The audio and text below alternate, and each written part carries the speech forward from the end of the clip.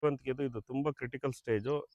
ಏನಕ್ಕೆ ಅಂತಂದರೆ ಸಕ್ಕಿಂಗ್ ಪೆಸ್ಟ್‌ಗಳಿಗೆ ಒಂದು ವೈಟ್ ಫ್ಲೈ ಇರ್ಬೋದು, ಏಫಿಡ್ ಇರ್ಬೋದು, ಇಲ್ಲ ಥ್ರಿಪ್ಸ್ ಇರ್ಬೋದು. ಈ ಸ್ಟೇಜಲ್ಲಿ ನಾವು ಪ್ರಾಪರಾಗಿ ನಾವು ಪ್ರಿವೆಂಟಿವ್ ಆಗಿ ಅದನ್ನು ಮ್ಯಾನೇಜ್ ಮಾಡಲಿಲ್ಲ ಅಂತಂದರೆ ಏನಾಗುತ್ತೆ ಅಂದರೆ ಫ್ಲವರ್ ಬ್ಯಾಕ್ ಸೈಡು ಹೂ ಹಿಂದ್ಗಡೆ ಇದೆಲ್ಲ ಬ್ಲ್ಯಾಕ್ ಆಗುತ್ತೆ. ಇದು ಈ ಹೂ ಹಿಂದ್ಗಡೆ ಇದು ಬ್ಲ್ಯಾಕ್ ಆದರೆ ನಮಗೆ ಮಾರ್ಕೆಟಿಗೆ ತೊಗೊಂಡೋದಾಗ ಹೂ ಮೇಲ್ಗಡೆ ಎಷ್ಟೇ ಶೈನಿಂಗ್ ಇದ್ರೂ, ಎಷ್ಟೇ ವೈಟಿಶ್ ಇದ್ರೂ ಹೂ ತಿರುಗಿಸಿ ನೋಡಿದಾಗ ಅದು ಬ್ಲ್ಯಾಕ್ ಇದ್ದರೆ ಅದು ಸೆಕೆಂಡ್ ಕ್ವಾಲಿಟಿ ಅಂತ ಹ್ಮ್. ಮಾರ್ಕೆಟಲ್ಲಿ ನಮಗೆ ರೇಟ್ ಆಗೋದಿಲ್ಲ. ಅದಕ್ಕೆ ರೈತರು ಈ ಸ್ಟೇಜಲ್ಲಿ ನೀವು ಒಳ್ಳೆ ಸೇಫ್ ಕೆಮಿಕಲ್ಸ್‌ನ ಒಂದು ರಿಪೀಟೆಡ್ ಆಗಿ ಒಂದು 4 ಟು 5 ಡೇಸ್ ಇಂಟರ್ವಲಲ್ಲಿ ಒಂದು 3 ಸ್ಪ್ರೇ ತಗೊಂಡಾಗ ನಿಮ್ಗೆ 100% ಏನು ಥ್ರಿಪ್ಸು ಕಂಟ್ರೋಲ್ ಬರುತ್ತೆ.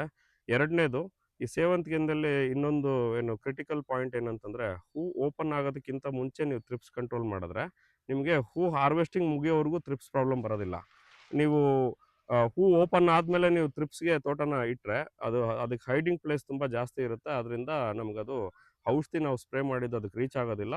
ಅದು ಮಲ್ಟಿಪ್ಲಿಕೇಶನ್ನು ಫಾಸ್ಟ್ ಆಗುತ್ತೆ ಮತ್ತು ನಮ್ಗೆ ಕಂಟ್ರೋಲ್ ಕೂಡ ಸಿಗೋದಿಲ್ಲ.